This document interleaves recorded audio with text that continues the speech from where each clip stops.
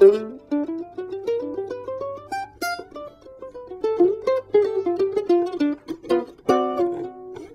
everybody, this is Anthony Hannigan. Welcome back to musicmoose.org. We just got done wrapping up a series on Ragtime Annie, and I don't really remember the solo that I did for that. It was so long ago, minutes, and things are happening rather progressively here at the Moose today. And one of the things that I can kind of teach you and show you what I think when breaking down a tune, I know pretty much that this is the melody right here.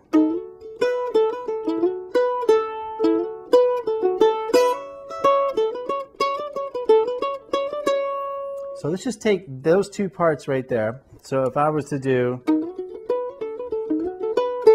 there's some space in between the measures that if I'm playing D D D D D D D D D D D D A 1 2 3 4 5 6 7 8.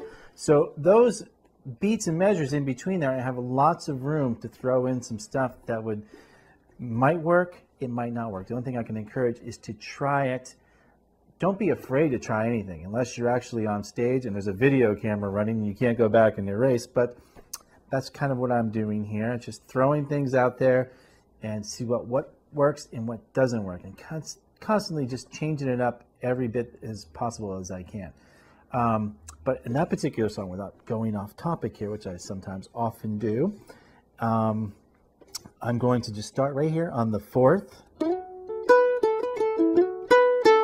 So I notice that I have this A string wide open, and it's kind of the same thing if I were to play this down here. The 7th fret D string is the same thing as playing this open A string. So, but I can you hear how warmer that is than the ringing sound of that right there? It's a tone that's kind of registered with my brain, and I know what that sounds like. And a nice little, is back to your scales again. Work those scales and you can kind of see all those notes. And even if you break down your chords, there's those. That'll give you the D chord. You can bring it up like that too. So what I like to do is kind of throw in some alternate rhythms at the same time, but not rhythms as far as the backup section, because obviously you can see I am without one this afternoon. It's just me. So what I'll kind of do is just kind of get a rhythm going with my right hand and change that a little bit. So the standard one is,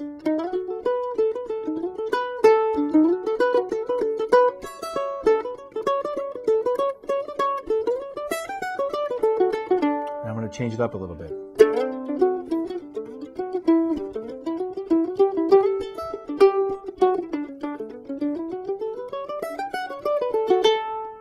So I didn't land where I wanted to that time, but I wanted to demonstrate that it's okay to go there.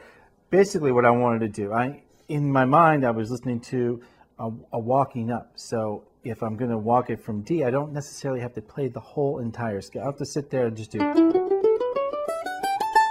I can just take notes off of that scale and go back and forth with those. That's kind of the same, that's how probably this song came about. There was probably a fiddle player somewhere way back on the Celtic Isle somewhere just doing a little shuffle. And he threw a note.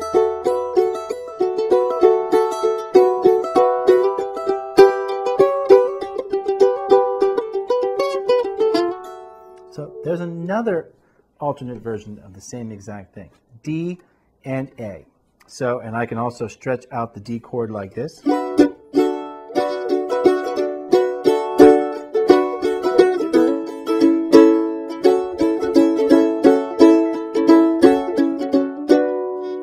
And basically, it looks deceiving, but it's actually not. I am using different fingers to achieve the same thing. So this is probably the way you're used to seeing it, using just these fingers here, your index finger on the 4th fret D string and the ring finger on the 7th fret G string.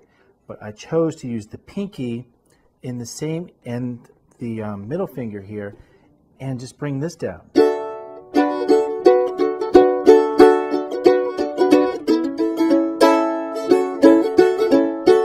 That's your A.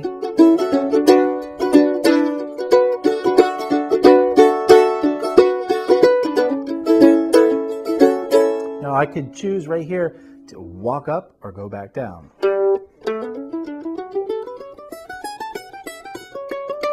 But I never do try to follow a standard scale. I like to go up, come back down, throw in some diminished notes, throw in some half steps and whole steps, and kind of change it up a little bit. And that's what I encourage everyone to do as well.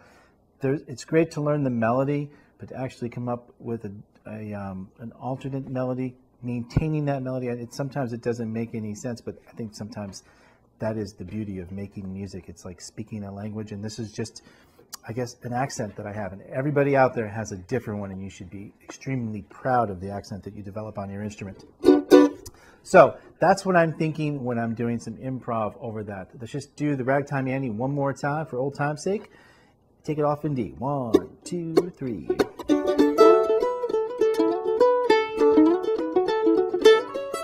A, D, A,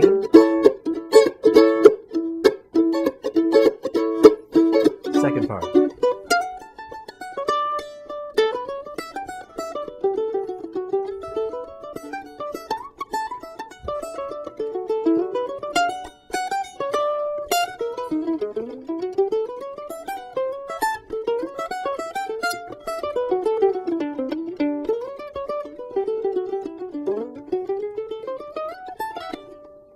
Hey, this is Anthony Hannigan. Thanks so much for tuning in to musicmoose.org. That takes care of the old-timey lesson for this series. We'll get some more old-timey stuff in the very near future. I can guarantee it. So thanks so much for tuning in. Moose on, everyone.